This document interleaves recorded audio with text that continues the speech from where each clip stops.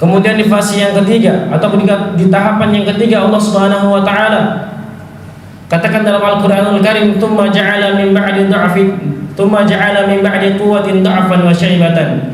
Kemudian setelah manusia mencapai puncak kekuatannya, maka Allah Subhanahu wa taala akan kembalikan ia kepada fase kelemahan, wa syaibatan, ataupun ia kembali beruban. Di fase ini Allah Subhanahu wa taala akan sampaikan manusia kepada umur yang hina, karena memang sebagian manusia ada yang Allah Subhanahu wa taala sampaikan ke umur yang tua.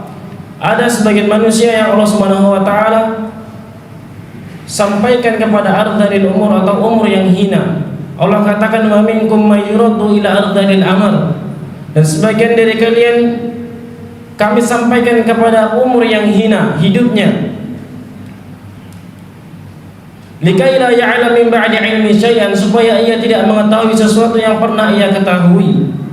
Kaum muslimin yang dirahmati Allah Subhanahu wa taala, maka di fase ini semakin bertambahnya umur, maka semakin melemahlah manusia. Wa man nu'ammirhu nunaqqisu fil khalq.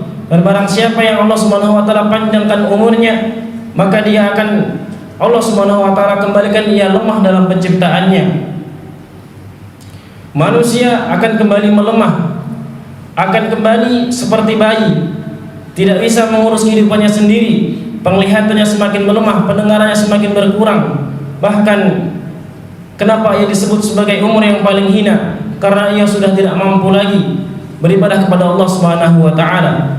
Dan ini adalah kondisi di mana Rasulullah SAW senantiasa memohon kepada Allah Subhanahu wa taala di setiap akhir salatnya, Allahumma inni a'udzubika min an uradda ila ardhil umur.